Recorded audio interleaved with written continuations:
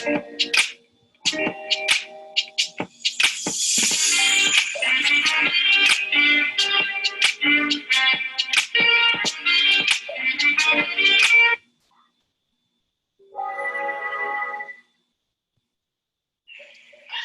Sosyolohiya at Antropolohiya, ang organisasyon ng mga individual na interesado sa larangan ng Sosyolohiya at Antropolohiya. Nagkain ng organisasyong ito paggamit ng mga interdisciplinaryong labi sa pagsusubi ng mga kaganapang sosyokultural at pagsasagawa ng mga sibikong pakikipag-ugnayan. Karangalan, katapatan sa larangan ng pananaliksik at akademya. Katungkulan, paninindigan sa kilos panlipunan upang mapaunlad ang ating bayan. Karamay, puso at lakas ng loob para makiramay sa mga mamamayan. Katarungan, paglilingkod sa katotohanan, hustisya at karapatan nating lahat.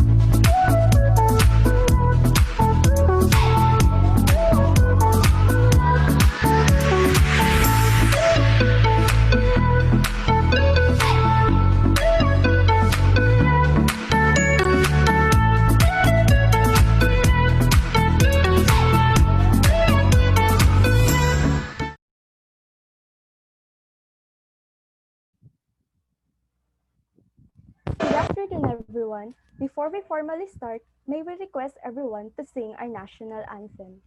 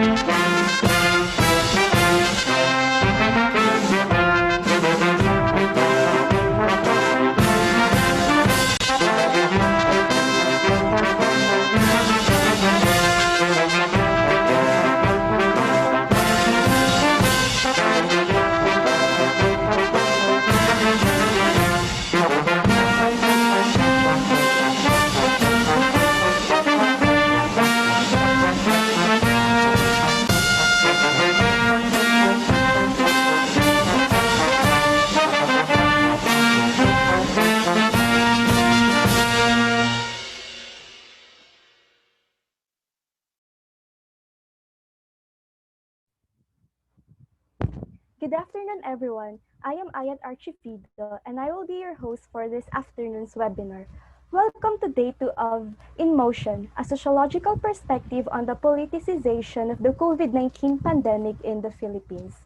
This event is brought to you by the UP Alliance of Students Unified for Sociology, in partnership with the UPLB Department of Social Sciences.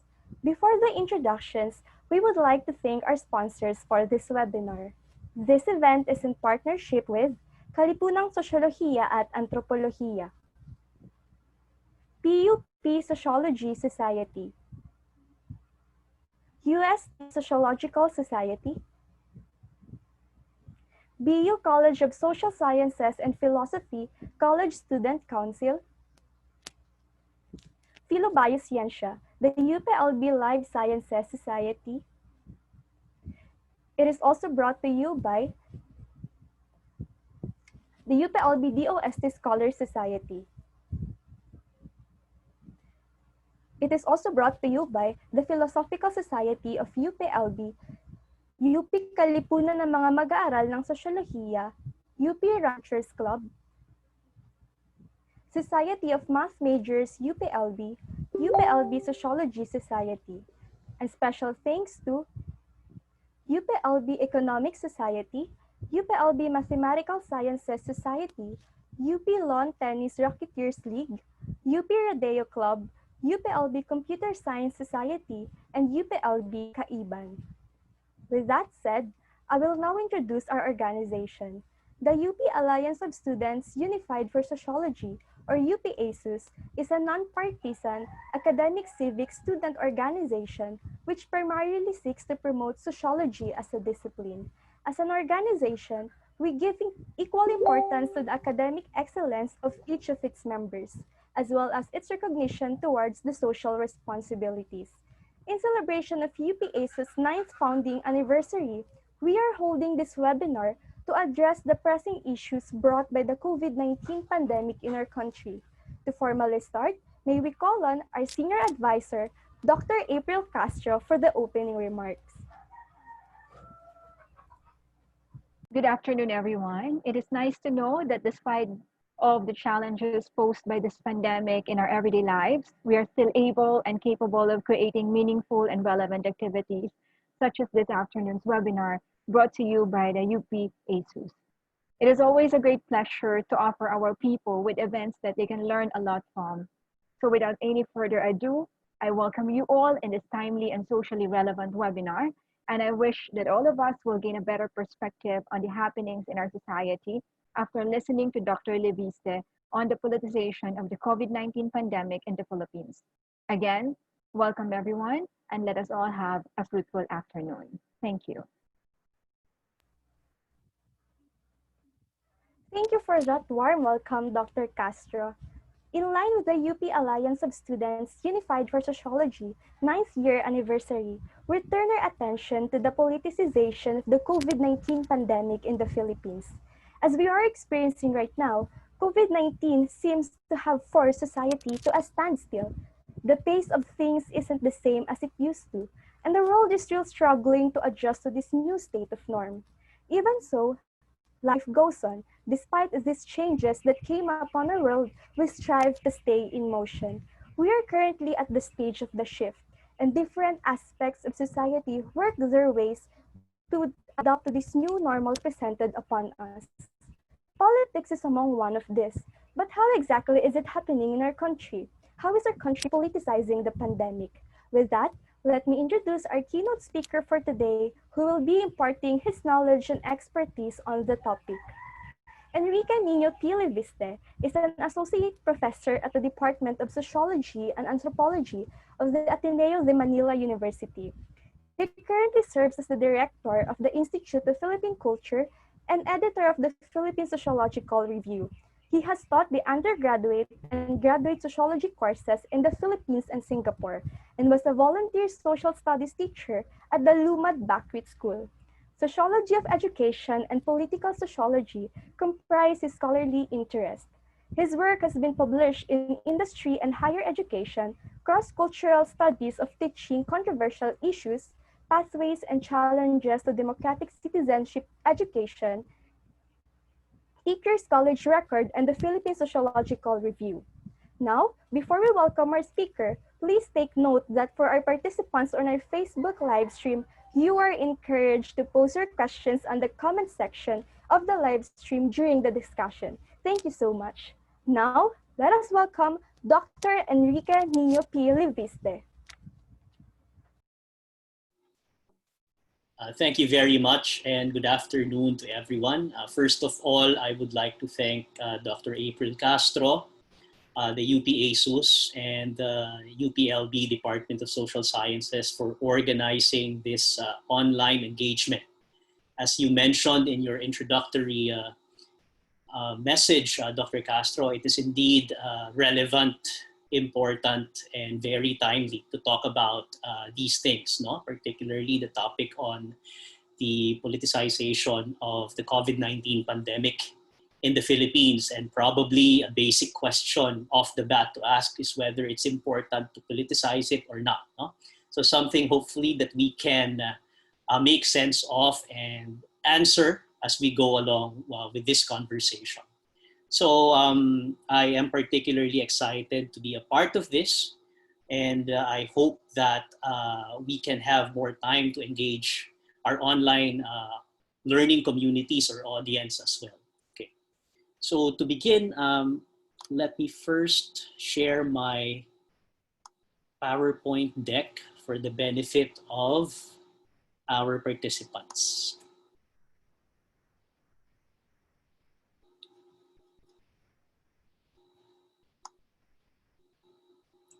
All right. Okay. So to begin, my main task for today is to describe, no, to take you through the political nature of pandemic preparedness in the Philippines. No? So I wish to highlight in doing so the contentious nature of this process. No? So why focus on pandemic preparedness, and what do we mean by pandemic preparedness? By definition, pandemic preparedness refers to measures taken to prepare for and mitigate, hopefully, the impact or the effects of pandemics, and in our case, COVID-19.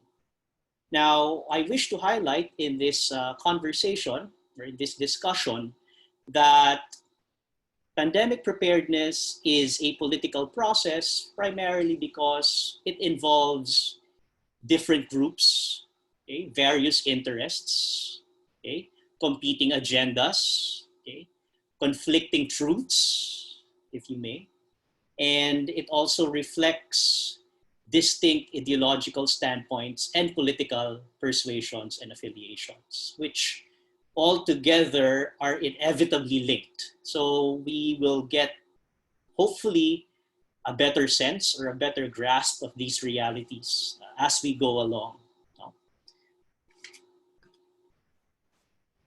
More specifically, this afternoon, I would like to focus on three subtopics. Number one, I would like to first situate what the Philippines is going through, what we are experiencing as a nation state, no? And probably it's an experience that is widely shared with other countries, not only in the region, but globally speaking, no?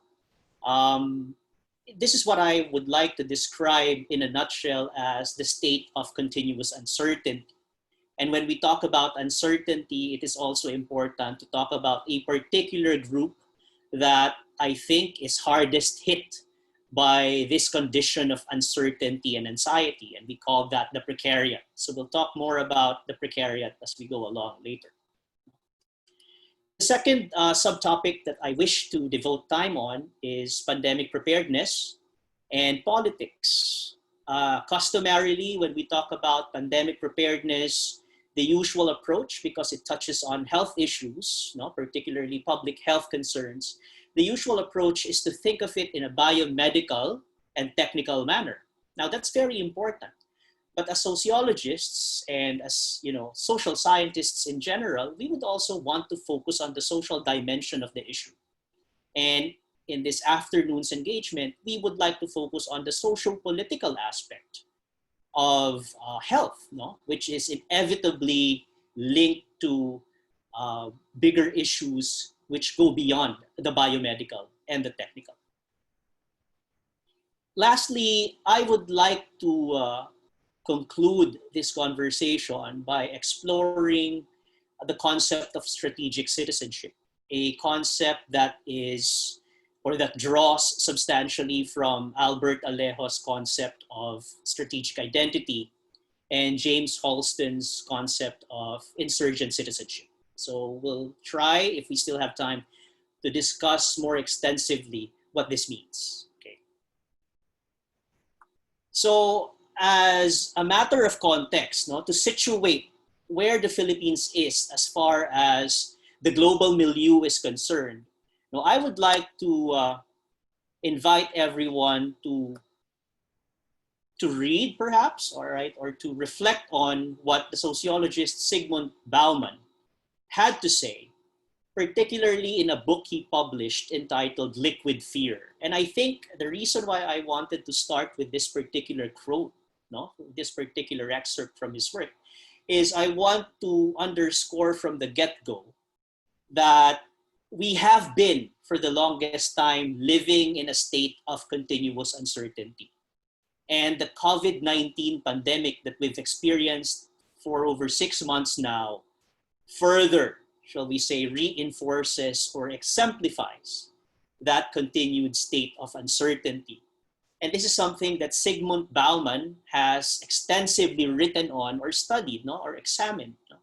The state of continuous uncertainty. Why is there a state of continuous uncertainty?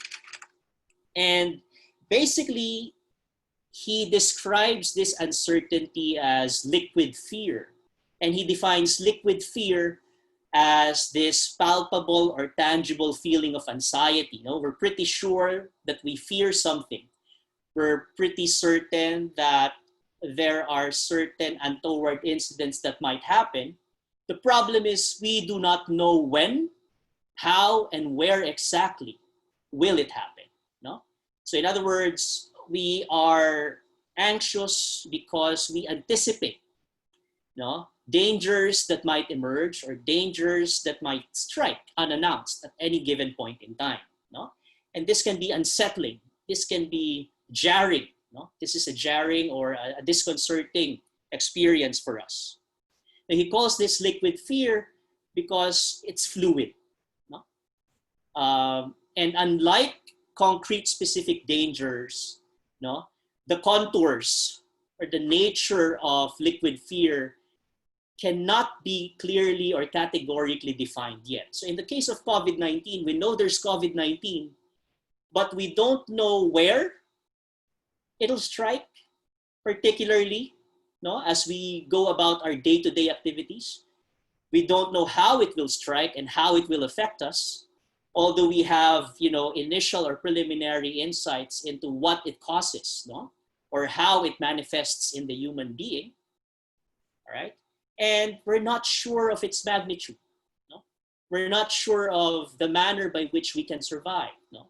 And collectively, no, speaking, all these uncertainties amount to what Bauman basically describes as living in a society that is full of risks.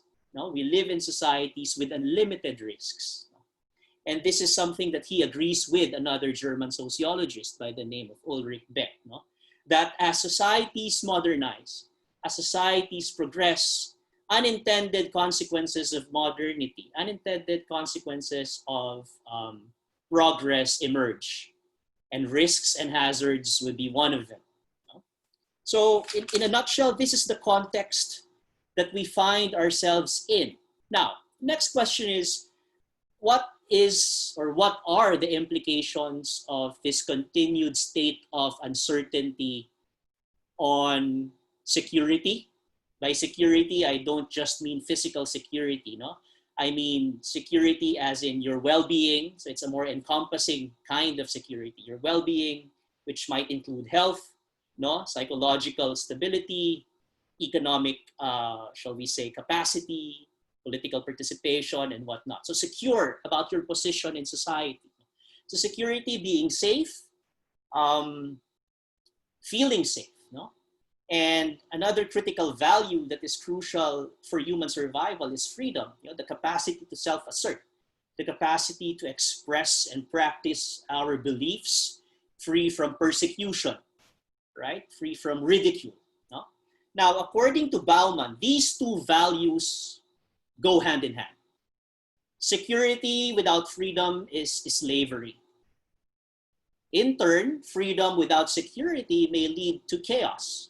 So in other words, there should be a compromise or a middle ground, so to speak. However imperfect that middle ground may be, there has to be a common ground between exercise of security and the practice of freedom for human beings to live productively, creatively, and humanely, right? Now, in the context of uncertain times, right? And in the context of continually progressing societies, it is probably safe to argue that compared to our ancestors before, we experience more freedom in contemporary time. However, that freedom comes at a price, at a cost. No? In other words, we have surrendered a substantial amount of security in such a way that we usually or typically feel uncertain, anxious, no, of what might become. No? Sometimes we find ourselves incapable of action, no? Incapable of pursuing a particular course or path. No? And so all of these, as Bauman would say, contributes further to that continued state of uncertainty that we find ourselves in, which COVID-19 pandemic or all other crisis situations contribute immensely to promoting or to reinforcing. Okay. Now, as far as security and freedom are concerned, no, while we see ourselves as free, the irony is that we also find ourselves incapable of pursuing what needs to be pursued, given all these many emergent, or shall we say, pressing uncertainties that we need to make sense or grapple with. Now, globally, this, in the context of the pandemic that we are struggling or grappling with, this uncertainty is further reinforced by what Charles Tilly would call durable inequalities, right? We cannot deny the fact that even though there is progress, even though global economy has somehow expanded and has benefited a lot of countries, it has also contributed in a way, no, to the perpetuation and the reproduction of inequalities, different types of disparities all around the world. And this further unsettles, this further adds to the uncertainty. In the Philippines, for example, economists and other social scientists have recognized that on the one hand, there is greater, shall we say, degree of opportunity to earn an income. And income standards have actually, shall we say, improved, But more broadly, and if I might add, disconcertingly, an increase in income, or better yet, a marked improvement in one's quality of life is not simply an indication, or should not be seen as an indication of equality, right? Of inclusiveness or inclusivity, right? Or anything more transformational or emancipatory in that manner.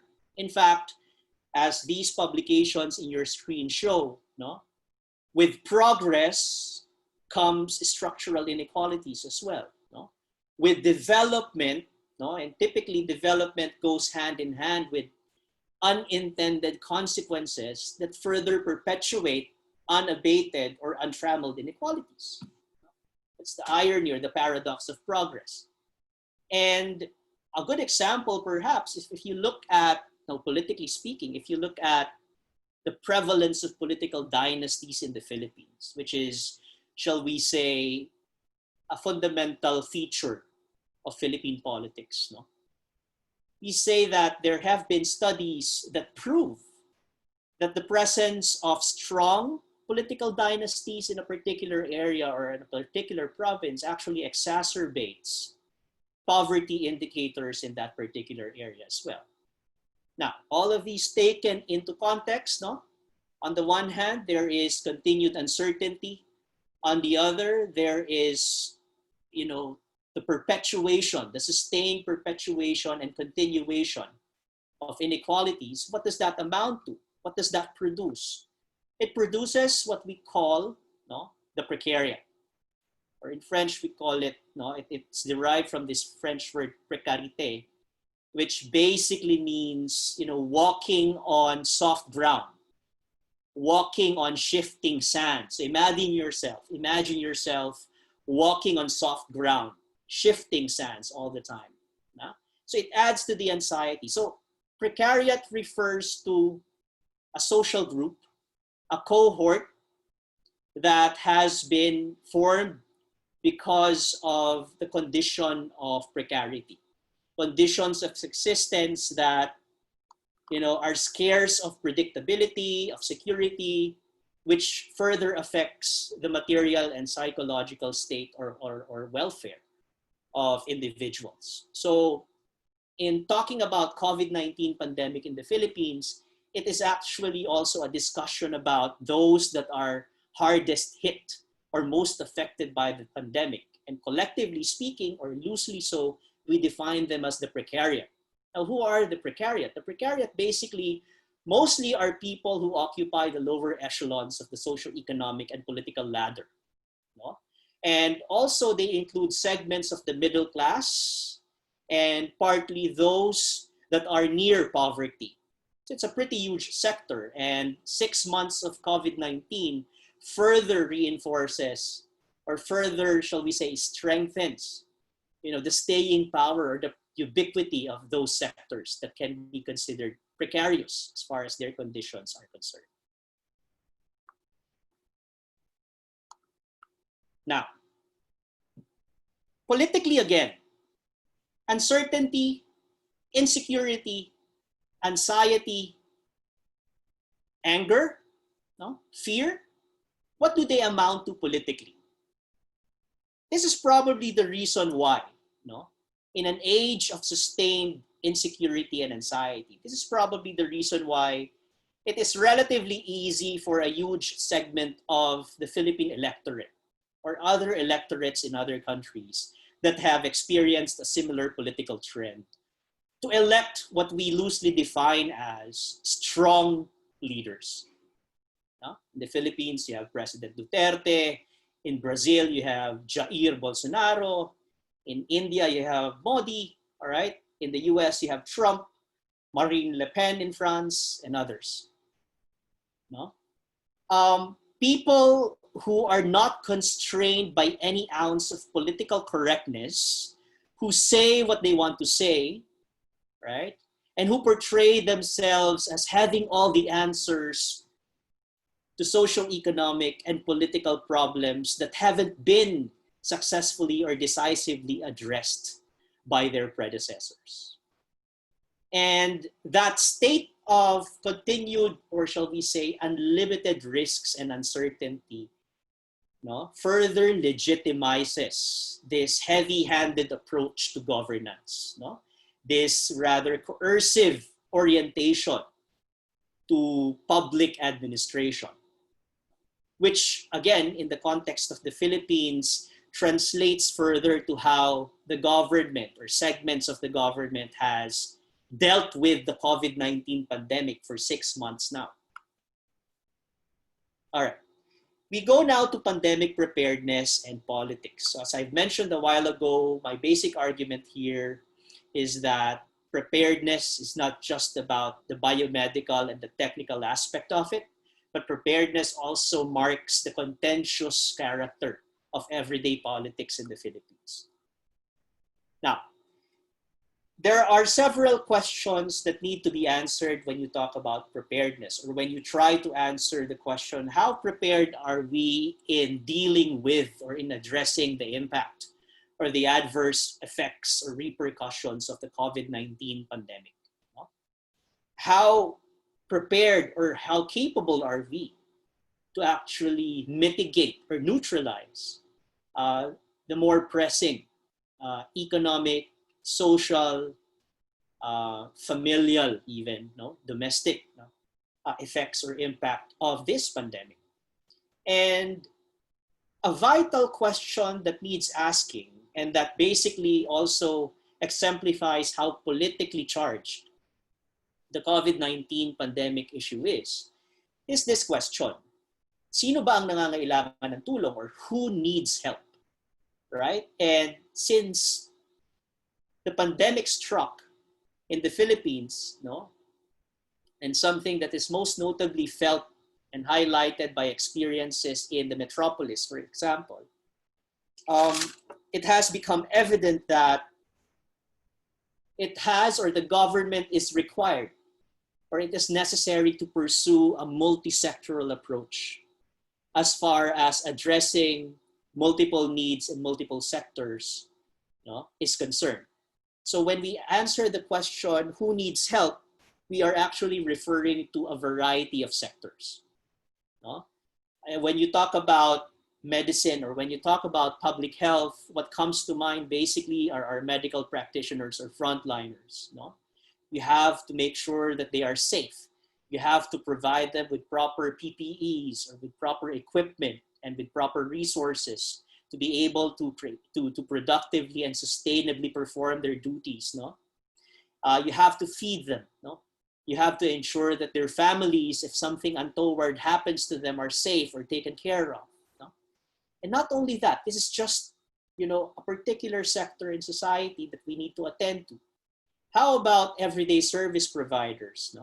Just like jeepney drivers, who in the metropolis have resorted to begging, because they are not allowed to actually pursue or they're not allowed to actually pursue economic activities because of the current situation, or are limited in mobility because of the pandemic.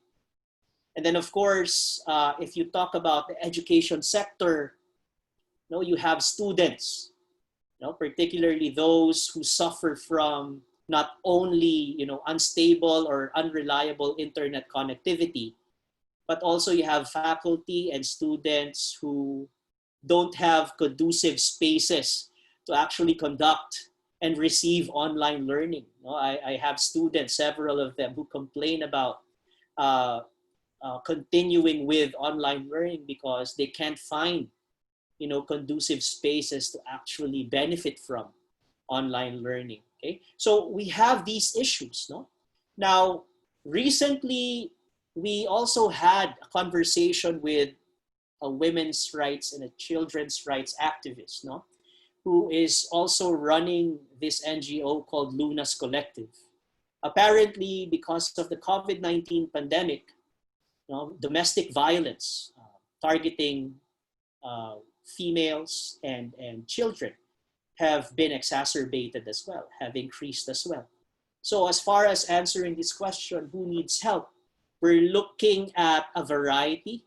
We're looking at multiple subjects. No? We're looking at multiple groups that have been rendered more vulnerable or that have been prone to precarious conditions, to hazardous situations because of the COVID-19 pandemic. And so in terms of prioritizing who among these groups merit immediate attention, we already see conflicting, shall we say, assertions or conflicting arguments. So this is just one aspect that needs the authorities' immediate attention and supervision. Who needs help? Of course, when one asks that first question, a second question that requires categorical answers would be who needs, or what needs to be done. And since this problem emerged early January, and it was probably only in March when a semblance of clarity began to, shall we say, emerge, right? We find out that because COVID-19 presents multiple problems, what it also requires is a multisectoral response, which the World Health Organization, as far as its assessment of the Philippines is concerned, has been, shall we say, straightforward in saying that the government has somehow, in its own capacity, pursued a multisectoral response. No? However, it seems that what is being highlighted, or what has been somehow more pronounced, is its emphasis on how health is translated or somehow seen as a national security issue. And so the response is obviously and unsurprisingly about preserving social order. Militaristic, as some scholars or some observers or pundits might describe it. So the emphasis is on making sure that public spaces are secure, making sure that families are safe, making sure that, or using, shall we say, terms like lockdown, or implementing such practices as lockdown, community quarantine, which basically suggests a radical limitation of mobility or of public movement. So in other words, what has been immensely emphasized so far, although we do not discount the fact that there have been other approaches that are ongoing, what has been emphasized from the get-go has been the national security component or dimension of this health problem. And usually at the expense of the health dimension and other dimensions of the problem that also require or necessitate critical attention. Now,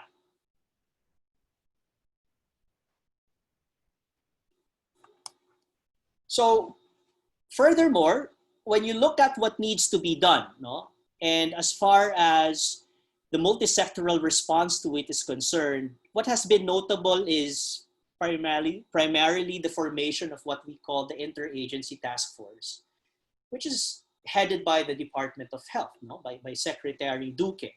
But what's notable about its composition is the presence of retired high-ranking officials who have figured prominently in the police or the military during their heydays.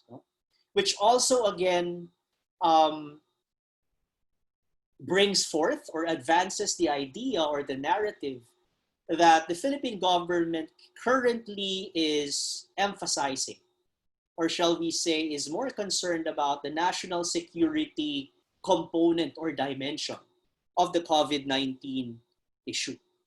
Now, what's ironic and what's intriguing about this is on the national political stage, this is evident, particularly with the passage, the swift passage of the anti-terror bill.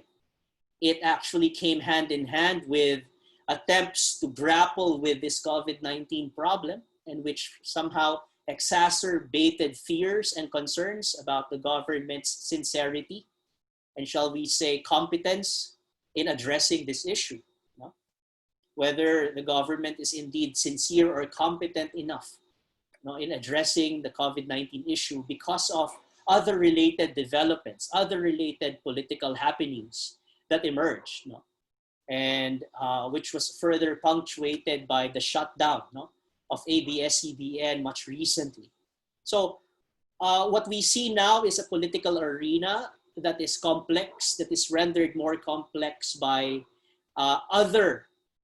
by independent occurrences that are somehow linked to the problem of COVID-19, or that we see as inevitably intersecting with the COVID-19 issue. Now, if you look at the situation of local government units, of provinces, of municipalities or cities beyond the national capital region or beyond Metro Manila, you sometimes see a stark contrast with how the COVID-19 pandemic is being treated or being attended to in the metro. In the LGUs or in the local government units, you see more variety in terms of approaches or, shall we say, strategies in addressing the COVID-19 pandemic.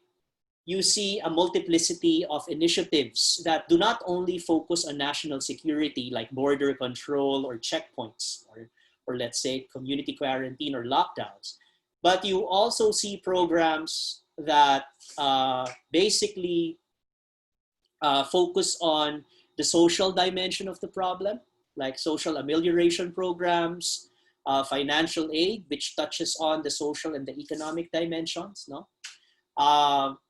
local health boards, which are spaces in municipal governments and sangguniang barangay bodies. Local health boards are being topped as well, so that more participatory channels are ensured and more, shall we say, members of the community or the municipality are included in decision making. So in other words, in a nutshell, we see a more, shall we say, varied, or shall we say, a more diverse approach in local government units, as far as addressing the COVID-19 pandemic is concerned. So not only are you looking at donations, but you also are looking at activities that are meant to empower frontliners, those hardest hit by the pandemic, the precarious, basically. Now,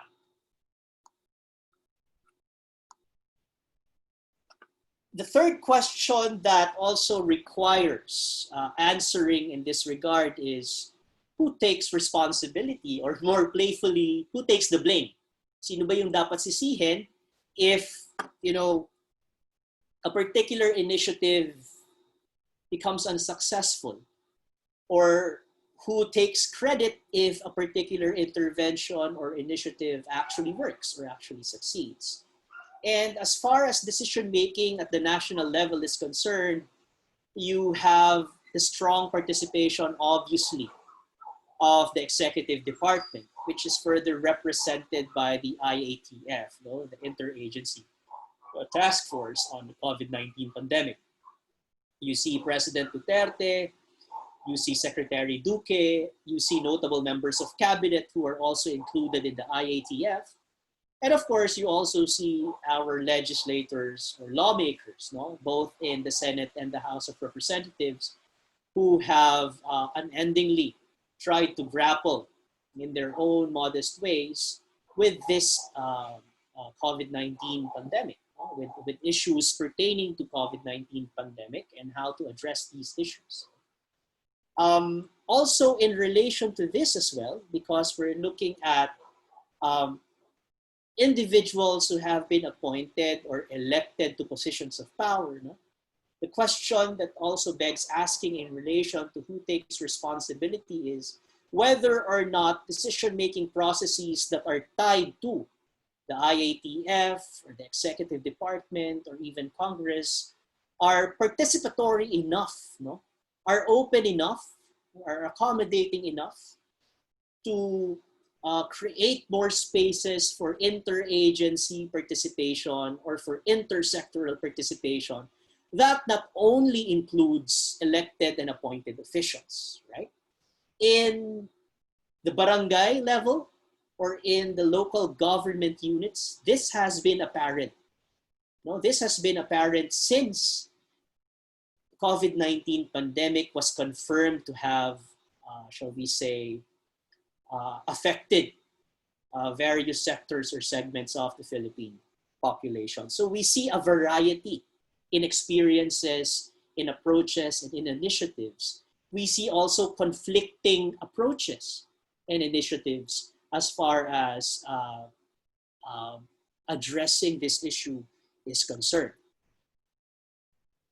Now, finally, I think what also requires further questioning, right, or further attention is what type and whose information can we trust? Sino ba yung pwede nating pagkatiwalaan? Which is a very important question. Whose narratives hold more sway? No? Whose pronouncements and, shall we say, assertions merit more attention and explanation? Right? Sino ba yung paniniwalaan natin? On the one hand, we've had reports or news saying that we have somehow successfully or consistently, in fact, addressed or neutralized the COVID-19 pandemic as far as its adverse effects are concerned. Now, there is a recent survey by the social weather stations revealing that a huge segment of the population are quite pessimistic, no? In terms of their outlook, in terms of whether or not we have, shall we say, successfully or unsuccessfully addressed this issue. And in fact, the same survey actually revealed that a huge segment of the population, in fact, 57% of those who were surveyed, of those who participated in this survey, actually believe that the worst is yet to come. No? That we are only experiencing, shall we say, tip of the iceberg. No? Kumbaga, pasakalya pa lang to, no? Appetizer pa lang to. And they believe that there are more, shall we say, complicated issues that need to be addressed in the long run or as this pandemic progresses. Also, as far as trust is concerned, which is very important and which is further tied to whether or not we will be able to succeed, no, in addressing the COVID-19 pandemic. No? Also, in a related a survey, no, by the social weather stations recently, no, May 2020, it revealed that 83%, no, of 4,010 respondents who were actually surveyed via phone, no, actually revealed that they felt pessimistic about their quality of life and asserted that their quality of life actually went from bad to worse. No? So imagine 83% actually believe that. No? And 83% is a record high as far as social weather stations is concerned. They've been doing this survey for the longest time. And as of late, they've done 137 surveys. And it was only now that they registered a negative response of 83%. A comparable development was in 2008 during the global financial crisis, when there was around 50% who felt that their conditions worsened. So ngayon mas mataas substantially. It's 83% who think that their quality of life actually worsened. Right? In relation to that, 6.7 million families, no? And this is also in a related social weather station survey, 6.3%, 6.7%, no? Of 6.7 million families, sorry, believed that or felt that they had food insecurity, no? Nagutom sila, hindi sila makakain ng ayos. So this is also a record high according to the social weather stations. So as far as trust is concerned, as far as information is concerned, sino ba yung pagkakatiwalaan natin? So we see competing narratives, no? Those on the one hand who assert that we are successfully, addressing, although gradually and slowly, the impact, social, political, and economic impact of the pandemic. And on the other hand, there are those who claim that we have misplaced priorities for, number one, not acting urgently on the matter. Number two, not addressing enough other dimensions of the problem beyond national security dimension of the problem. So this further illustrates the conflictual and adversarial nature, the political nature of the COVID-19 pandemic. Now, I would like to basically end with this idea of strategic citizenship. And the question that I would like us to ponder or to think about and to reflect some more, this is actually an unfinished project still, is this notion of strategic citizenship. Citizenship goes beyond, obviously, voting. It goes beyond observing our responsibilities, or practicing our rights. But it is something more. It has to be something more, particularly in the context of uncertain times, particularly in the context of precarious conditions, like the one we find ourselves grappling with or confronting every day, because of this COVID-19 pandemic. So how do we proceed? And in this case, I go back to Zygmunt Bauman's quote a while ago, and then I add this particular excerpt to that quote. According to Zygmunt Bauman, we are challenged with a task which I think is unprecedented, he said. And that task is to develop an art of living permanently with uncertainty. So if you remember, he asserted that uncertainty is not something new, but the recognition, the awareness that uncertainty is here to stay, that uncertainty is permanent, is what's novel. So in response to that, he calls us to be vigilant, or he encourages us to assume a certain kind of citizenship that recognizes and prepares ourselves to live permanently with uncertainty. Now, what could be a good strategy for that? And I draw on, the extensive work and insight of two anthropologists. One is from the United States, from the University of Berkeley, James Halston, who wrote extensively on the concept of insurgent citizenship. Insurgent citizenship basically is defined as, a critical expression of belonging that essentially recognizes enduring inequalities and injustices and creates more space to actually discuss, question, find alternative ways of addressing these inequalities. And what's intriguing about insurgent citizenship, it's not recommended to be a top-down approach. It doesn't necessarily have to come from institutions of authority or individuals who enjoy privileged positions in society. But necessarily, insurgent citizenship refers particularly to people who have been historically bereft of economic resources, privileges, social privileges, and political representation. Because Halston believes that in order for strategies to address inequality, or everyday inequalities are concerned, it has to also come from those who are hardest hit by these inequalities, who confront them every day. Aside from those who are customarily tapped to think of ways to address inequality, more importantly, it should come from people who organically experience inequality every day. Insurgent citizens, as James Halston would define them.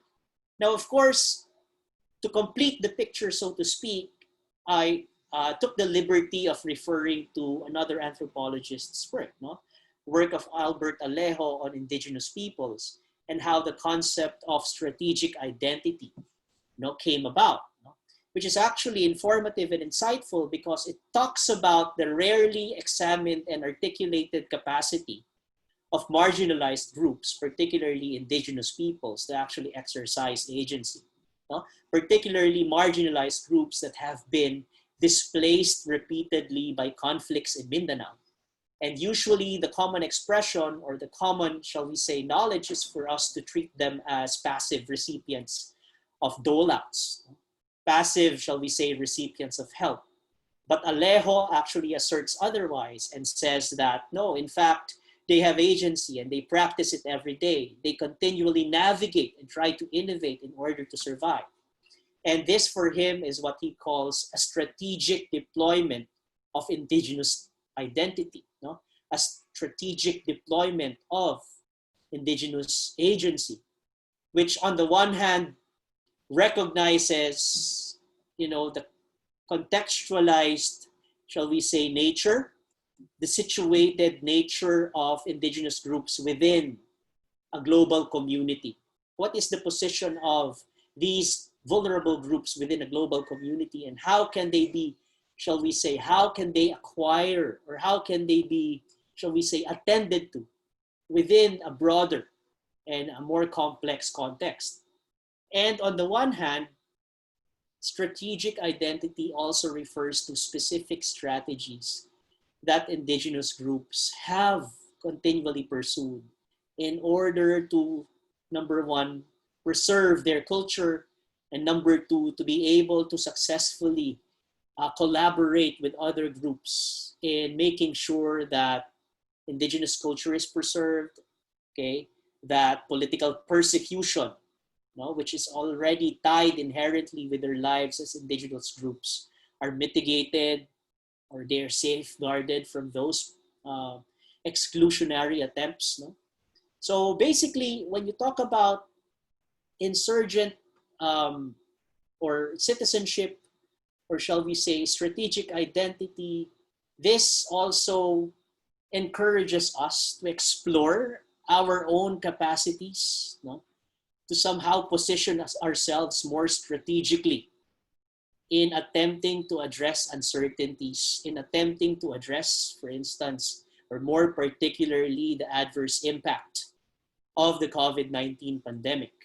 And I would like to end with this question, and I will try to address it as well, albeit informally and probably with recognition to the fact that this is something unfinished. There is reservation on whether the COVID-19 pandemic has to be politicized. And some pundits say it shouldn't be politicized because it probably divides rather than unites. I argue otherwise and say that from the get-go anyway, health issues such as this pandemic, have always been politicized from the beginning because it underscores different views, different standpoints, and often conflicting ideological persuasions and approaches, and party affiliations, if I may. And so for me, the advantage of politicizing the COVID-19 pandemic, particularly the Philippine experience, is for us to be more cognizant, for us to be more aware, and for us to have more space to take action or to create more space and to collaborate with other like-minded individuals and groups, to question, to look for alternative ways of helping out or addressing the issue, in our own modest ways. Basically, to create more spaces for dialogue, right? To create more democratic spaces to challenge the status quo and to innovate and to navigate amidst uncertain situations or amidst precarious conditions. So I would like to end my presentation on this note. And I would like to extend the conversation, of course, to our online audience. So thank you very much again for this opportunity. Good afternoon.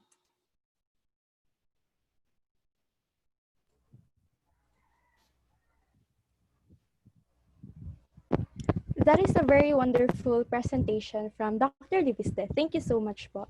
Based from Dr. Diviste's talk, we have learned that pandemic preparedness is a political process because it involves social groups, varying agendas, and competing ideologies. It is also important to distinguish the most vulnerable part of the society hit by the pandemic, which is known as the precariat, who are the social class formed by people from suffering from precarity.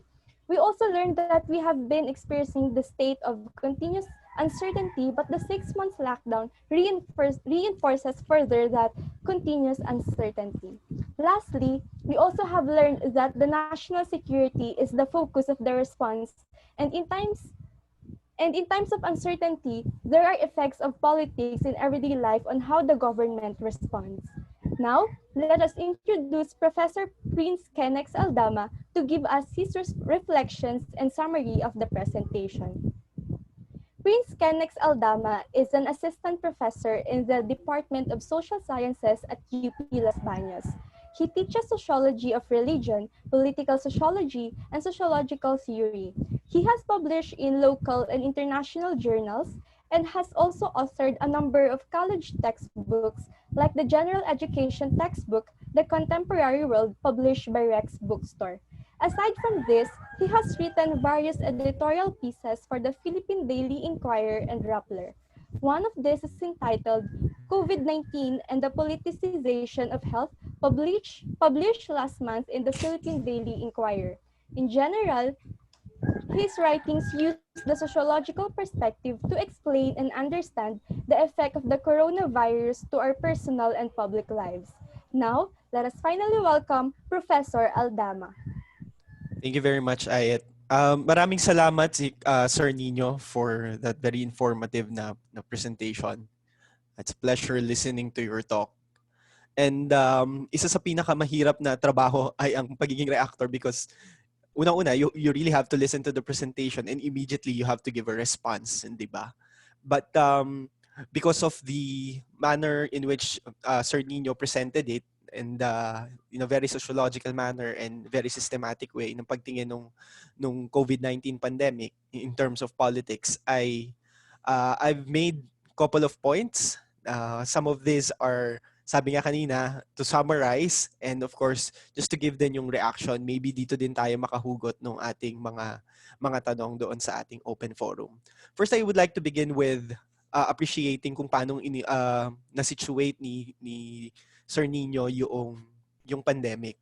And based on sa title naman talaga ng presentation, and it's very political, I think that the first point that I would like to raise is pandemic and pandemic preparedness are political processes talaga. It's a health issue, obviously, but as he mentioned, it requires the balancing of power, and as we try to balance yung security and freedom, it would entail that these processes needs people to govern yung ating freedom and yung ating security. And when people becomes involved in these kinds of processes, in that sense, it becomes political. At yung karaniwang nagiging response doon sa uncertainty and insecurity of this time is not through groups of people, but rather through a person who is promising entirely the opposite of the problem. So if there is insecurity, if there is no freedom, then I will give you yung security. so that magkaroon tayo ng social order. At yun nga yung sinasabi ni Sir Nino kanina na merong strong leaders na nag-a-arise dito. But that's just one side of the coin. I think yun yung political part. I think yung na-pick up ko doon sa kanyang talk is that yung politicization is another story. It's another process that we have to deal with because it starts with the highlighting of the inequalities that have emerged and the different kinds of people affected by the pandemic. And with that, different kinds of people, different groups, different responses, we have the competing narratives. And this is where politicization comes in. So it's political because it involves people, but when you try to balance the narratives, the competing narratives, dun papasok yung proseso ng politicization. Ganun yung naging appreciation ko sa presentation at sa talk ni Sir Nino. Which brings me to my third point. So political, it involves politicization. So how is pandemic politicized, di ba? I think the first thing that I picked up from that is merong agenda setting sa totoo lang. When you look at in the past 6 months kung paano nag-progress yung mga balita at yung nakikita natin sa mga pahayagan at sa television and even sa social media, na para bang nawawala na tayo doon sa ano ba talagang problema na biglang may sisingit na kung ano-anong mga issue at kung sino-sinong mga tao yung pumopronta. So nafe-frame yung mga tao na ano na ba talagang problema natin? Ano talagang kailangan nating unahin? Bakit nagkakaroon ng ganitong mga problema o mga issue sa gitna ng pandemya? I think it tells us something that people are craving for what needs to be prioritized. And when you say yung priority, it involves yung balance of power. So that's the first one. Yung agenda setting is very crucial in this issue. Second, na part ng politicization, I think is yung militarization, which became the primary response talaga, yung overall theme ng response ng gobyerno. Na it seems like yung security natin from the virus is being equated from the security from physical forces. Which means, when you say guarding, when you say securing something, ang nagiging response mo is talagang military.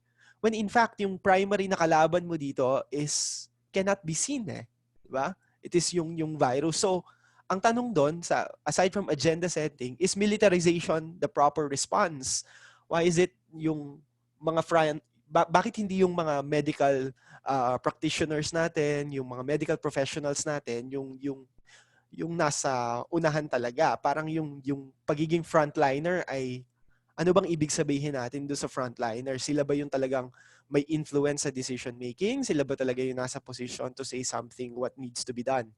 Third is nagustuhan ko yung pagbanggit ni Sir Nino doon sa disinformation. I think ito yung magiging take-off point o yung bridge between politicization at yung citizenship. Kasi when you say yung disinformation, it doesn't just require yung involvement ng government alone. It also requires other people at yung pag-flourish ng mga fake news, ng misinformation at ng disinformation doesn't just come from the powers that be but also from ordinary citizens, hindi ba? So, yung pang-apat, so yung first 3 points, pandemic is a political process. Because of competing narratives, there is politicization. And then third, different ways that pandemic is politicized.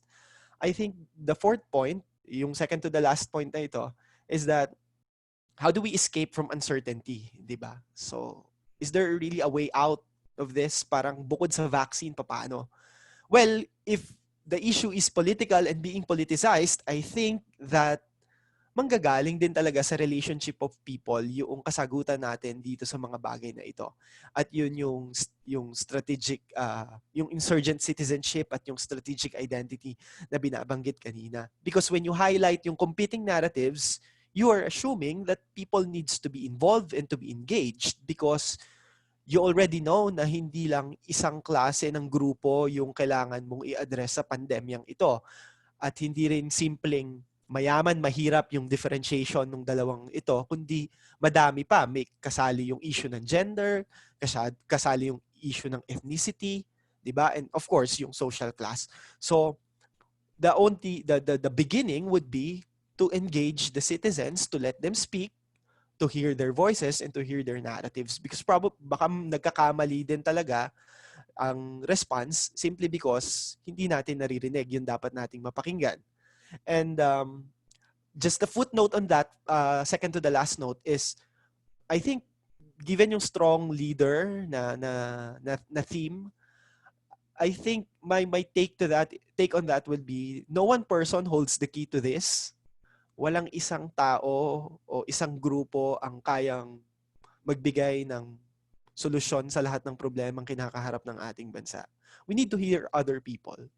And yung take ni Sir Nino na tingin ko napaka-courageous nung claim na yon na may politicization talaga, hindi ba? Whether we like it or not. It's being politicized. And I agree with him, di ba, na ang pandemya ay hindi lang health issue, kung hindi noon pa man, merong power struggle nang nagaganap dito.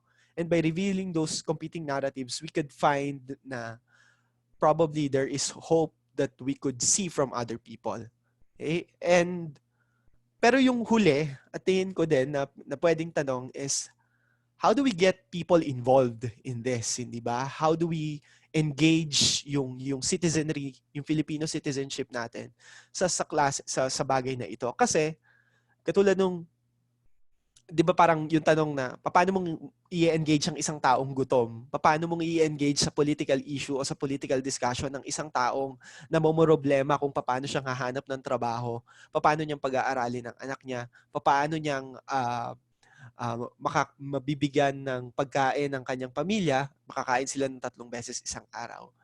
Marahil sa mga ganitong pagkakataon na we are really privileged to sit and talk about these things, hindi ba?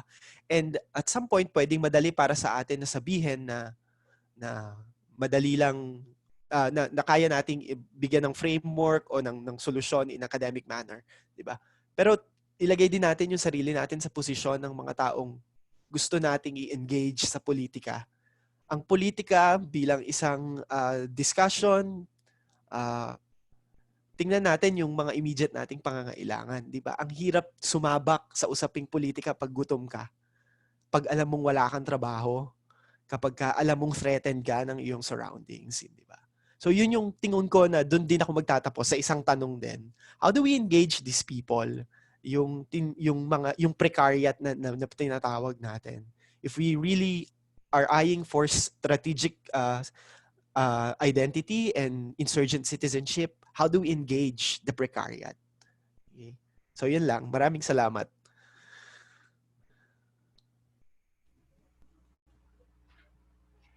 Thank you so much, Sir Prince. Now that we have heard from our speaker and reactor, we will now be entertaining your questions posted on the Facebook live stream comment. Our first question is from a UPLB student. The question po is, what institutional reforms can be proposed in order to change the landscape of fear that reinforces the response of the government to the pandemic, which focuses on national security? It's a very important question, and thank you for that question. No? In fact, as I've mentioned a while ago, what's intriguing, if you look beyond Metro Manila, what's intriguing is that many local government units, if I may mention some examples, Gumaca, Quezon, for example, Odiongan, the municipality of Odiongan in Romblon, the province of Marinduque, for example, and then there's the city of Candon, Ilocos Sur, just to name a few. Why these examples? Because over the past few months, we in IPC have worked closely with these local government units through webinars, and we learned from them how they approached the issue of the pandemic. And collectively, while they have different situations and diverse experiences, some noteworthy, some not so noteworthy, some initiatives were successful, others weren't. Of course, that's the reality of it. May nagtatagumpay, merong hindi nagtatagumpay. But I think what's notable about all these experiences, despite the diversity, is that their approaches from day one have been multi-sectoral. In other words, as far as Professor Aldama's astute observation a while ago is concerned, it is not mainly about national security, although national security is a component of that approach. No? So in other words, our local governments, our local government executives, health practitioners, and other sectors from those locales are well aware of the fact that in order to successfully and decisively address the repercussions of COVID-19 in the Philippines, approach has to go beyond border control or checkpoints or lockdowns. No? It has to address primarily, number one, the economic aspect of the problem. Okay? Saan kukuha ng trabaho yung mga nawala ng trabaho? Habang walang trabaho, ano yung pwedeng ibigay na ayuda sa kanila? Socially, no, and psychologically, that is, no, and you mentioned this, Ayat, in your question, no, yung anxiety or yung fear. Paano ba natin, kumbaga, matutugunan yung takot, no? And in certain cases, particularly a good example would be in Candon, Ilocos Sur, in the city of Candon, Ilocos Sur, where, and I will mention her name already, Councilor Joanne Valdez actually tapped the youth sector, no? Tapped the youth sector in Candon to actually be involved, no? Not only in their communities, but in the local government. No? So relatively, yung youth sector ng Candon, Ilocos Sur, no? Have been active in finding ways or in finding or crafting programs that are particularly addressed to the youth of Candon, Ilocos Sur. In Gumaca, Quezon, under the leadership of Mayor Letargo, for example, they developed a systematic way of tracking the COVID-19 budget para hindi naaaksaya yung pondo ng gobyerno at para nakikita ng taong bayan that there's public transparency in terms of how government funds are actually being used, no? As far as addressing the COVID-19 pandemic is concerned. So in other words, in a nutshell, these are just examples of institutional approaches coming from local government units that you can safely conclude and say are quite multi-sectoral, multi-tiered in their approach. And so, in other words, they are more likely and probably potentially more successful to address the impact, right? Although slowly, perhaps, bit by bit, no? The impact of the COVID-19 pandemic in their respective localities because they made a conscious or a deliberate effort to actually focus beyond the national security dimension of the problem. Not to say that the national security dimension of the problem is not important, but admittedly, there are also other equally pressing issues that have to be addressed. And I'm hopeful because I see a lot of government officials, no, who are, shall we say, genuinely grappling with this issue and treating it as, you know, a socio-political issue, an economic issue, you know, an issue that, you know, really affects the most micro of situations, the family. And so directly, merong mga interventions sa pamilya, for example. You know? So these are just examples of how probably more collectively or more broadly the national government can explore or can probably seriously take into consideration apart from the national security dimension of the problem. Thank you. Thank you so much, Sir Liviste. Do you have something to add po, Professor Aldama, for the question?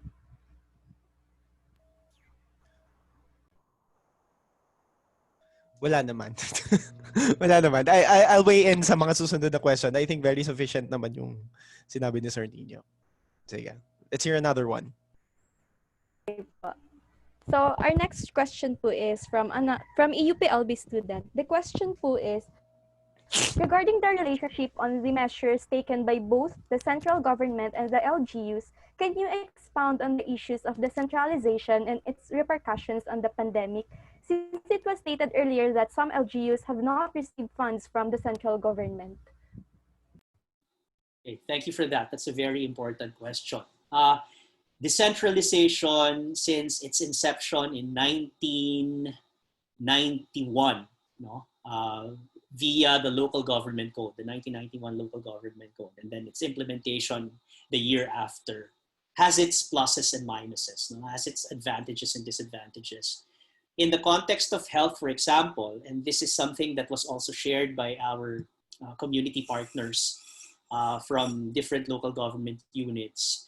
The 1991 local government code particularly provides for space, no, for health practitioners to actually, shall we say, participate or engage productively and collaboratively in crafting health policies, programs, and projects, no, which hopefully are more inclusive and more nuanced to specific situations, particularly as far as COVID-19 in different localities is concerned. No? So in other words, may espasyo para anyayahan yung mga talagang nakakaunawa at nakakaintindi sa sitwasyong pangkalusugan ng iba't ibang local governments, na may espasyo sila upang sumali sa diskusyon, sa shall we say, habi ng mga pulisiya.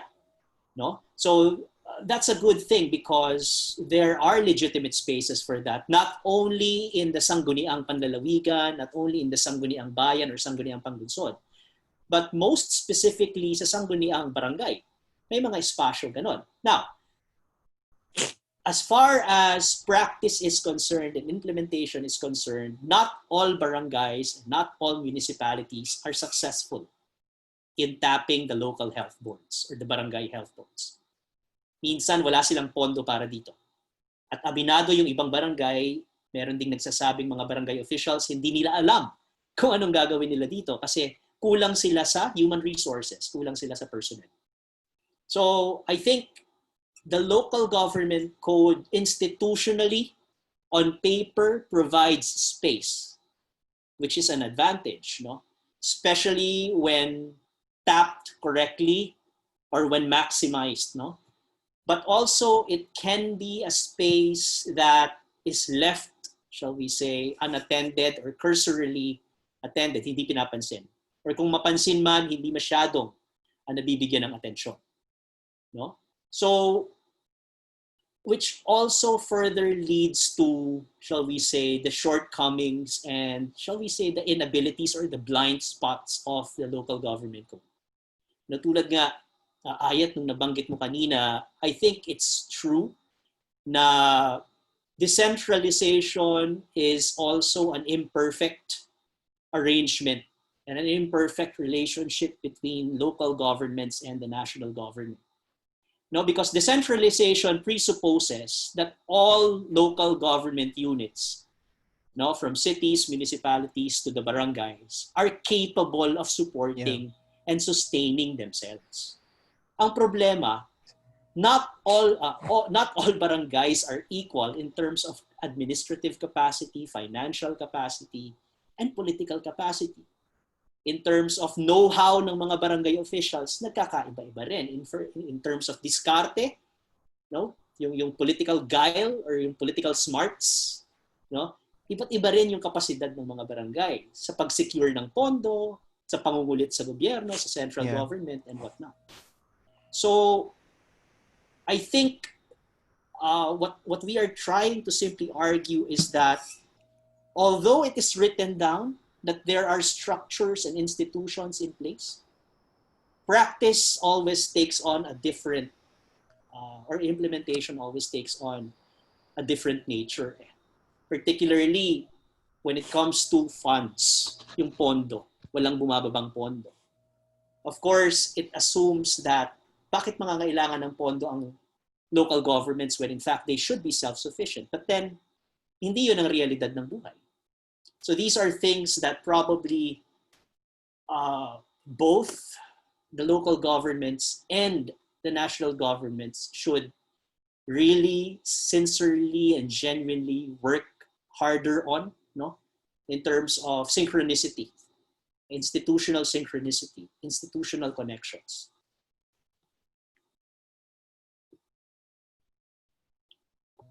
Can I weigh in on that? Sure. Yes, please. I think yung nagmamatter kasi yung pagkakaiba mo ng conceptualization at ng execution eh. Parang sa taas, ang ganda talaga ng plano mo. Pero pag binaba mo yan sa mga barangay, for example, yung issue ng communicating yung mga policies ng gobyerno, paano yan maiintindihan sa local level? Halimbawa, we're not just talking about sa provincial talagang yung sinasabi ni Sir Nino hanggang sa barangay mo. Paano mong pasusunurin si ganito na magsuot ng face mask, na magsuot ng face shield, ng mga ganyan. Itong mga simpleng problema na ito brings us dun sa idea na hindi merong mga bagay na hindi kayang pasukin ng national government pagdating, sabi nga ni Sir Nino, sa papel, sa pag-conceptualize ng mga bagay-bagay. Pero yung komunikasyon, yung face-to-face interaction is totally a different ball game na. Kaya nga malaking bagay na nakikita talaga yung mga barangay officials ng face-to-face at talaga nagwo-work doon sa kanilang mga immediate na mga constituents. Kasi hindi na yun obviously mararating ng mga national officials natin. Pero I guess merong common ground lang lahat ng mga bagay na ito. Pero given yung konteksto natin na ang dami nating mga factors to consider, yung mga cultural, mga ethnic differences natin, ganyan, of responding to the virus, of giving meanings to these things. Yung local yan yung sangguniang yung barangay, sa barangay level yan, sa community level yan nangyayari. So, how to meet halfway, siguro yun yung challenge. So, ganun din nagtapos yung si Sir Nino Parang paano mo nga pagdudugtungin yung synchronicity ng dalawang ito. Diba? So, you have to give importance to the two. Okay? And you have to recognize kung anong capacity at limitation ng national at anong capacity at limitation ng sa provincial at sa local at sa barangay level. Yun lang. Thank you. Prince, if I may, no, maganda yung sinabi mo about the cultural being the more predominant aspect sa lokal, no. I think what's crucial, no, kung paano natin, shall we say, mapapasunod o mapapapaniwala yung mga kababayan natin sa barangay, halimbawa, yung pagtitiwala would be number one. Trust is essentially a factor. And admittedly, we live in a time of uncertainty, and therefore, in relation to that, we also live in a time where where trust is usually more important than truth. So in other words, mas mahalaga para sa akin yung may pinagkakatiwalaan ako, may pinanghahawakan akong taong alam kong at any point in time tutulong sa akin. Di bale na kung maraming galit sa kanya, di bale na kung mayabang siya. No? Pero dahil nakakatulong siya sa akin, pinagkakatiwalaan ko siya, kung anong sabihin niya sa akin, malaking bagay para sa akin. Susundin ko yun. Yeah. So, pagtitiwala, trust, which is cultural, right, is or tends to be an important ingredient as far as relating to, let's say, village or residents or community partners are concerned. Yeah. I think sundan ko lang yun kasi naisip ko lang din na may utility yon para hindi lang sa mga teachers kundi sa mga students din. Parang ikaw bilang nag-aaral ka sa UP or sa university, meron kang truth na pinanghahawakan And I'm always raising this to my class. Sige, may truth ka, yung scientific truth mo about the university or sa virus na ito, alam mo yan. Pero pagka kausap mo, halimbawa, pumunta ka sa tindahan, nakausap mo yung matanda doon o kung sino mang nandun, na hindi naman doesn't speak your language as a scholar, how do you communicate that, hindi ba? At tayo, bawat isa sa atin na biktima na ngayon ng lockdown at ng pandemic, nasa immediate community tayo ngayon, hindi ba? So hindi lang ito labanan ng katotohanan, kung hindi question din ito, how do we persuade people and how we communicate them yung truth about the things that we have. And I think yung value nga ng trust sa atin. Kasi people would definitely listen to us kasi nakaka-identify sila sa atin di ba? Ganun din naman sa politika It's not just yung kung ano yung alam mo, kung hindi how you carry yourself din, hindi ba? At tayo bilang mga scholars, I think kailangan mo din naman maisip na hindi na wala ako sa university at nandun ako sa isang sphere, sa public sphere kung saan ang lengguwahe ay ibang-iba. So, yung usapin ng politika, ng kultura, what is social, what is economic, dito na naghahalo-halo ang lahat. Pero yun nga, yung idea ng communication, of yung trust, to bridge na din yung truth papunta sa kanila and to prevent yung disinformation and yung to counter yung misinformation. I think that's also a very crucial matter. Thank you po. Thank you, Chris. Thank you so much, Dr. Leviste and Professor Aldama. The next question po is from a UP ASUS resident member. The question po is, how does social media affect the disaster preparedness and awareness of Filipinos? I think that's another important question, particularly with regards to your generation, particularly Ayat. They're probably more tech savvy than I am. Everyone is more tech savvy than I am. That's my conclusion in life. So social media, I think, has its strong points and has its blind spots as well. Let me focus on the strong points, which I think redounds to democratic expansion and deepening. Social media can be a platform to expand the discourse rather than impoverish the discourse. Palawakin yung diskurso kesa gawing, shall we say, i-narrow down yung diskurso sa ilang tao lamang. So, I think social media has that as a platform, as a political platform, as a vehicle or a conduit to convey certain narratives or messages is effective that way. And it has a strong democratization potential. Now, the blind spot that I notice, and I'm not sure, you don't have to agree with me on this, but the blind spot that I notice, and I'm also guilty of this, is when social media platforms become comfort zones unintentionally. In other words, ironically speaking, social media is supposed to bridge people of diverse backgrounds together. It's supposed to be, as Professor Aldama mentioned, a way to find common ground. But it becomes a comfort zone so much so that it is easy for us to dissociate ourselves with people who don't think like us. Isang click lang nung unfriend, napakadali na, diba? So in other words,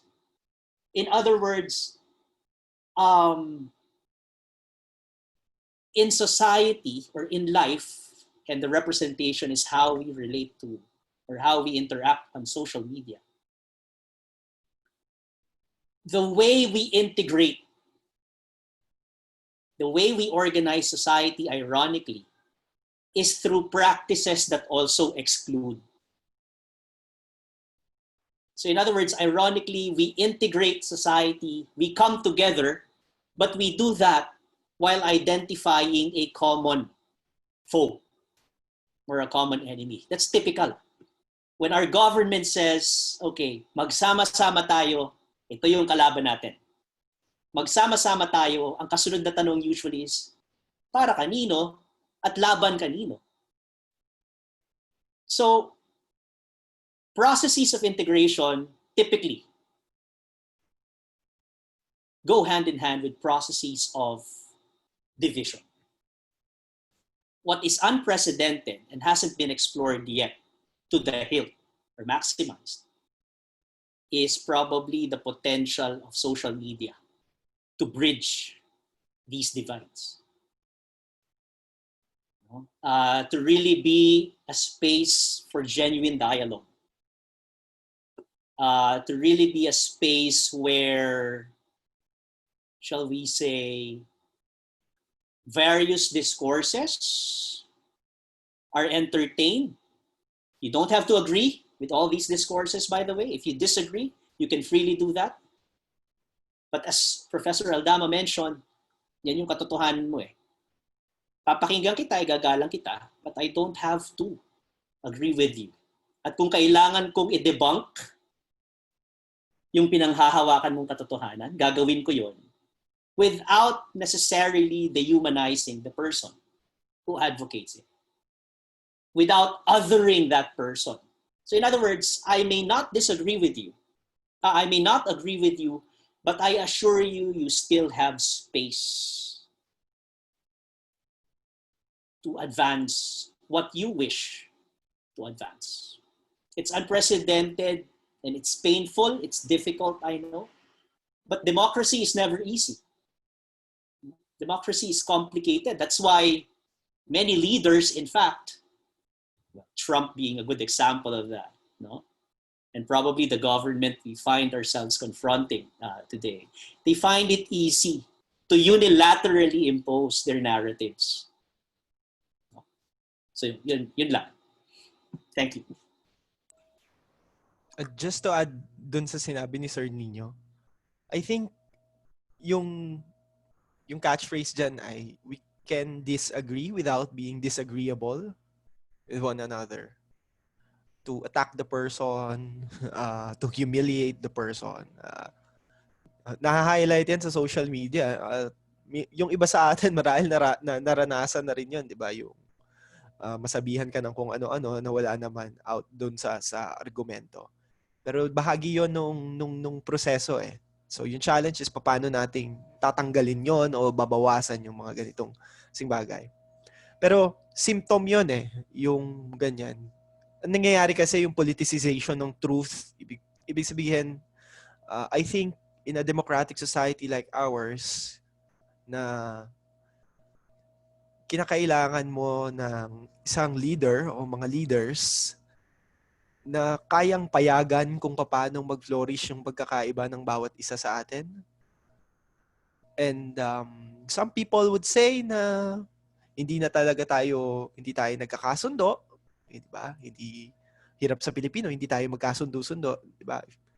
Very Durkheim yan na pagtingin, di ba? Parang where do we find the common ground? But I think yun yung value ng demokrasya na hindi dahil hindi tayo nagkakasundo sa ang level, hindi ba? Sa mga argumento natin. Pwede tayo magdebate sa point. Ako, ang position ko dyan you cannot debate on the point of expression. Which brings me to that question ng social media. Kasi point of expression yan Parang nagsasalita ka, lengguwahe yan. Pero ang pwede nating pagdebatihan yung mga argumento. Di ba? Yung mga facts na binibigay natin sa bawat isa. Yung truth that we carry. Dapat open din sa kung paano nating titingnan at hihimayin yung mga argumento. At hindi ka dun sa paraan ng pagsasalita lang, hindi lang dun sa paraan ng dun sa itsura, hindi yun ang basihan mo hindi kasi yun yung you do not debate on that platform kasi hindi kayo magkakasundo diyan.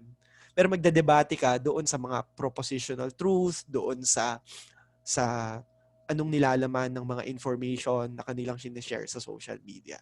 Hindi ba? And I think dapat din magsilbing lesson din sa atin na kung nagkamali tayo, na nakapag-share tayo ng ganito, we should humble ourselves na parang, pasensya na, you have to take it down, hindi ba? Wala namang masama doon Di ba? Especially in an age kung saan lahat na ay pwedeng i-manufacture bilang katotohanan. So, vulnerable din naman tayong lahat. Okay. Salamat. Thank you. Thank you so much po. We will now be entertaining our last two questions po. The first question po is from Anthony Cabrales of PUP Manila. The question po is, alam ko na tanong na ito ni Prof. Aldama, pero nagtataka rin po ako paano natin mapapakilos ang taong bayan lalo na may immediate threat sa buhay at liberty nila with the passage of the Anti-Terrorism Bill. Magandang tanong, no? Not only are there physical risks for organizing or mobilizing, but there are also political risks political hazards. No? I think our situation, which grows uncertain each day, of course, and I'm still using that theme. No? Siguro this is an opportunity for us, particularly those who have time to do so, and those who probably have explored other means to do so, to navigate probably, or to look for spaces really, to create new ones, right? Where we can productively and creatively collaborate as far as, let's say, information production or information dissemination is concerned. So in other words, we're looking for, and there's relative access to social media, for example, or to online platforms. No? For those who have access to them, could be an alternative way by which we can constantly communicate, or we can constantly inform ourselves of what is going on. Now, of course, we realize the fact na hindi naman lahat tayo at marami pa rin sa atin ang walang access sa internet, o kung may access man sa internet, okay, walang espasyo, no, upang maging effective yung information creation or production and dissemination na sinasabi natin. So yan yung challenge for us. To be honest, hindi ko pa rin nararating yung nivel or yung antas where I can confidently say that I have a list of concrete or final strategies that I can apply. All right? Or there is a concrete formula that we can apply, or a template that we can follow. Because situations are diverse. Conditions are unequal, are disparate. So, kailangan maging nuanced at maging sensitibo tayo sa iba't ibang sitwasyong ginagalawan natin. At batay dun sa partikular na sitwasyon na ginagalawan natin, siguro yun yung mas mabisang makakapagsabi sa atin kung ano yung kailangan natin gawin. Given the limits to physical mobility and, shall we say, political activity. So, yun lang. Sorry kung hindi categorical yung sagot ko sa ngayon tungkol dyan sa concern na yan. But salamat sa tanong. Can I add dun sa sinabi ni Sir Nino? Dalawang bahagi. Una, yung munang bilang isang sa sociology, practitioner ng sociology. At isa ay bilang isang mamamayan, di ba? Di ba bilang sociologist, di ba kung kay C. Wright Mills, sabi niya, he's calling for an engaged social sciences.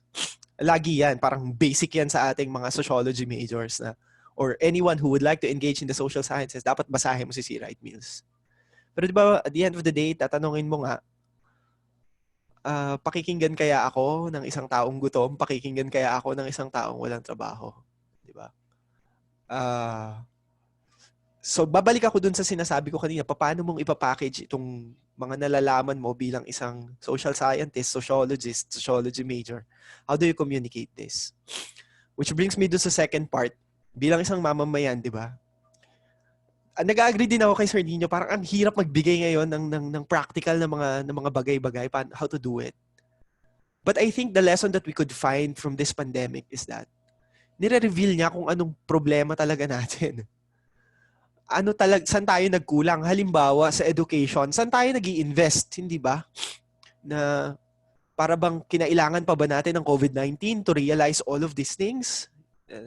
Napakahalaga pala ng internet, napakahalaga pala na secured na nakakagawa tayo ng mga safety nets natin sakaling magkaroon ng mga ganitong klaseng problema, hindi ba?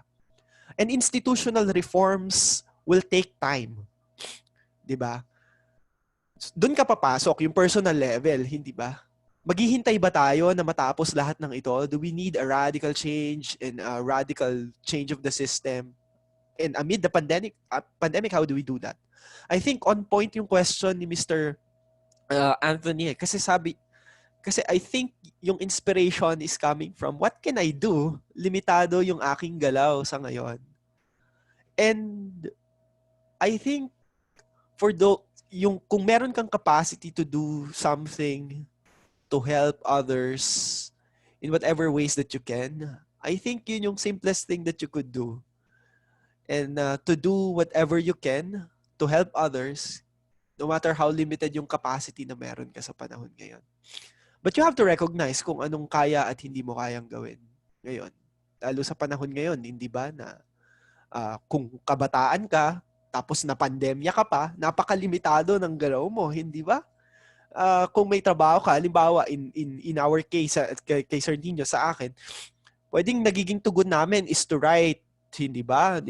To write things and to respond dun sa kung anong alam namin bilang mga sociologist, paanong iintindihin ito. Pero ikaw bilang estudyante, ano nga bang magiging ambag mo sa panahon ng pandemyang ito? Okay? I think yung simpleng, huwag kang magsuriin ang mga balita na isineshare about sa COVID-19, mahalaga yon, di ba? Mag-participate sa mga discussions na katulad na ito. Kasi pwedeng ang layo nung tingin natin, may magagawa ba talaga to? Di ba? Pero para ka nag-i-invest na pinagyayaman mo din yung sarili mo sa mga ganitong klaseng diskusyon, na may hope ka na balang araw magagamit mo kung ano man ang natutunan mo sa mga bagay na ito. So, marahil tingin mo waste of time ngayon dahil walang immediate na result o nabalik sa iyo. Pero we're hopeful na sana meron, magamit mo yan, hindi ba? So, iniipon mo yung knowledge na meron ka. So, sana yon magamit mo bilang estudyante at bilang sociologist in the future. Thank you so much, Dr. Liviste and Professor Aldama. Our last question po for this afternoon is from Igan Ramirez of ADMUSOC. The question po is, securitization strategies of this admin has established the people's trust for the government. This has also legitimized the actions done by the government, even the policies that they make.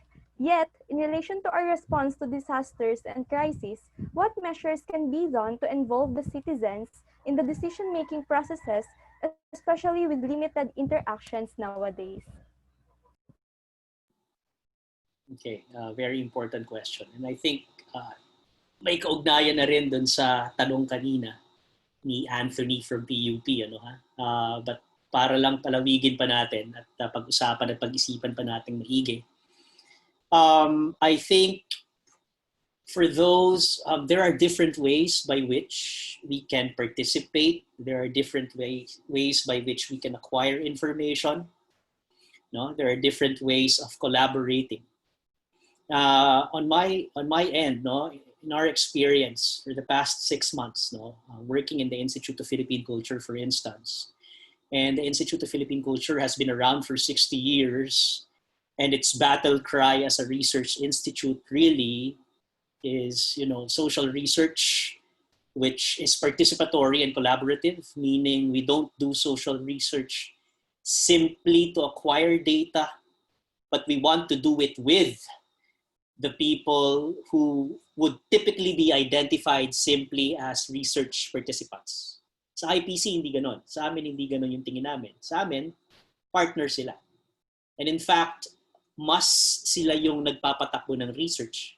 At tama lang naman kasi mas alam nila yung daloy ng buhay sa komunidad nila. So umaasa kami sa kanila in terms of information, okay, in terms of how we can successfully navigate ourselves pagdating sa community nila. Sila yung aming mga experts. Sila yung aming mga resource people, hindi kami. No? And I think babalikan ko lang muli yung pagtitiwala, yung trust. This is also how you somehow establish and forge lasting rapport or trust with your community partners. Na hindi porke may kaalaman ka o nalalaman ka, pagpunta mo sa komunidad, feeling mo meron ka ng sagot sa lahat ng problema ng komunidad. I think hindi dapat ganon. And if I were to use an Indian sociologist's term, no, radical humility. As a sociologist, you have to have radical humility, particularly when you engage with community partners or community residents. Simply put, it's being aware or being accepting of the fact that you don't know everything. And it also entails abandoning what you already know, changing that, no? Relearning something, unlearning something, especially when there are more important inputs coming from those who really know about the communities you're participating in or you're studying. So I think a more effective approach for me would be to know who you're engaging with as genuinely and as sincerely as possible. I think that's crucial. You might, if you're a development worker, for instance, the approach shouldn't be, I'm coming to a community and I have all these ideas about development and I will apply it as I applied it in other places. No. There has to be a more nuanced and conscious effort to acclimatize yourself or to acquaint yourself with what really goes on in that community before you can effectively and confidently say na alam mo kung ano talaga yung pangangailangan ng komunidad na yon. So, constant interaction, no? Establishing rapport and trust, giving them space, no? And empowering them further to actually participate and to take ownership of programs and projects that genuinely benefits their communities. So being a partner, being, shall we say, an inclusive partner in that regard. Now, in the context of COVID-19, limitado. Now, but if you have established these partnerships long before, then probably maganda ring balikan-balikan. Kumustahin? Oh, kumusta na ba kayo dyan? Ano yung pwede namin maitulong sa inyo? Questions like that, are so everyday, we take them for granted. But questions like that also go a long way because they emphasize personal relationships. No? And personal relationships are still very important. Thank you. Thank you so much, Dr. Leviste. Do you have something to add po ba, Sir Aldama, for the question? Okay na yun? Okay Thank pa. you. Sige pa. Now, we will now be ending our question and answer forum. Thank you all for your questions. Now, may we call on Dr. Leviste for the awarding of the e-certificate by the head of our symposium, Angela May Morales.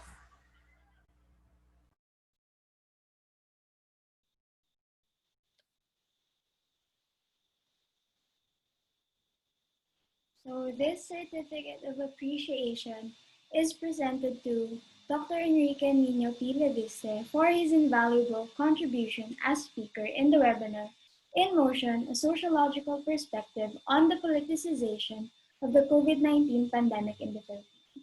Given this 28th day of September 2020, signed by our advisors, Dr. April Hope Castro, Professor Alvaro Calara, our Tribune, Sydney Grace Bicamong, and yours truly. Now, before we move on to our reactor, let's first take a quick photo with our speaker.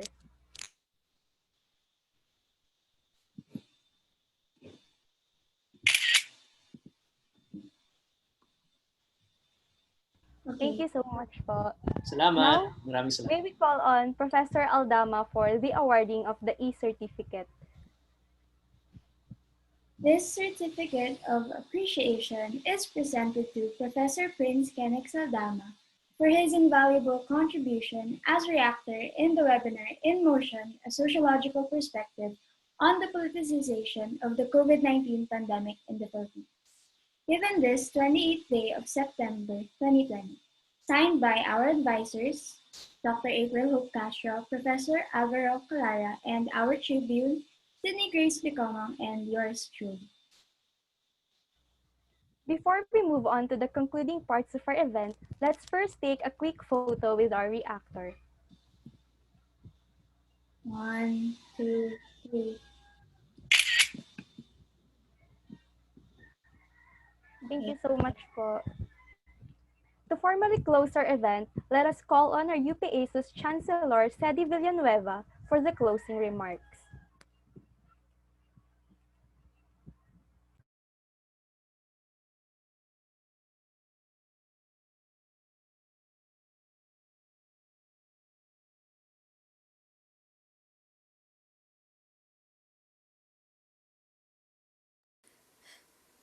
Good afternoon. Last September 26, during the first part of our webinar, our speaker, Dr. Nicole Curato, asked our organization, why do we still continue to organize webinars when we could be spending our free time to relax and to watch Netflix? To answer that question again, every year, UPASUS holds symposiums, and in this case, a webinar, to discuss pertinent issues we are facing in Philippine society and to understand these issues through a sociological lens.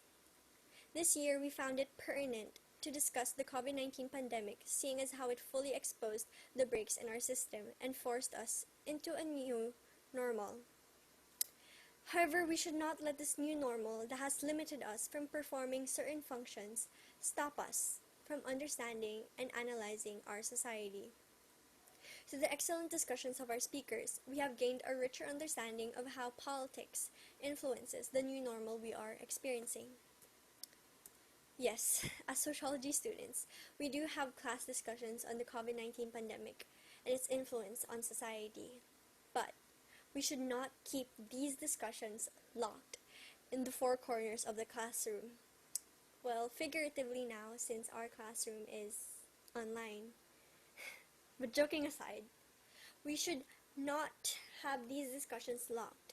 We should have these discussions out in the open, not just with our peers and not just with our professors. We should make the effort to expand our knowledge and learn from the lived experiences of individuals, especially those at the margins that we often fail to listen to, so that we may be able to use this to help our fellow people.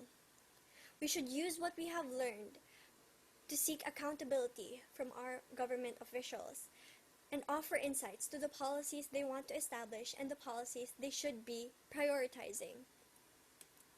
So now, I would like to take this moment to thank all our partner organizations and the UPLB Department of Social Sciences for the support they have given to make this webinar possible.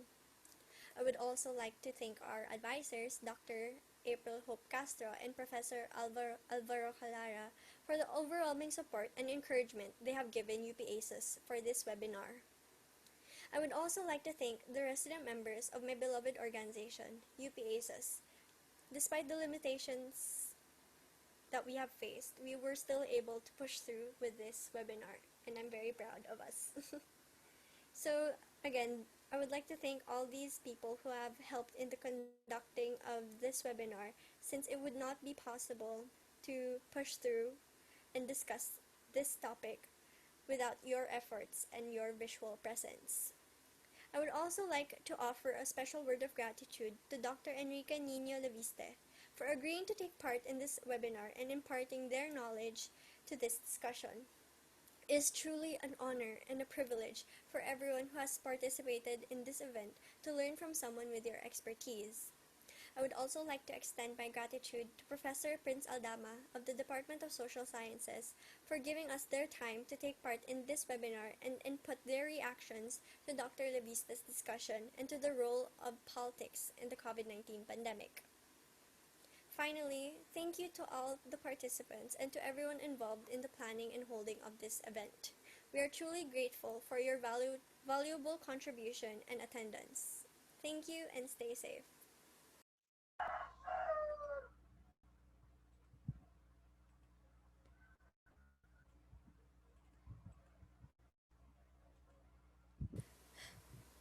Good afternoon.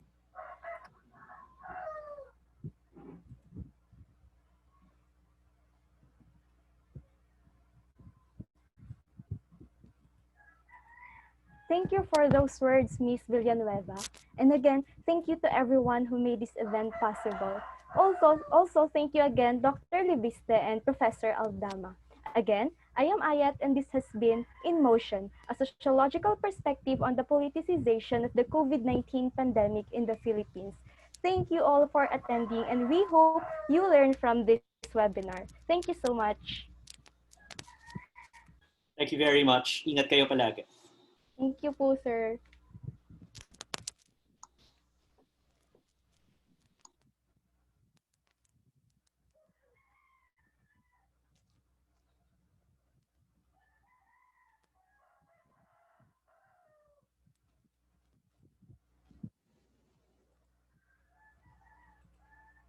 Mm.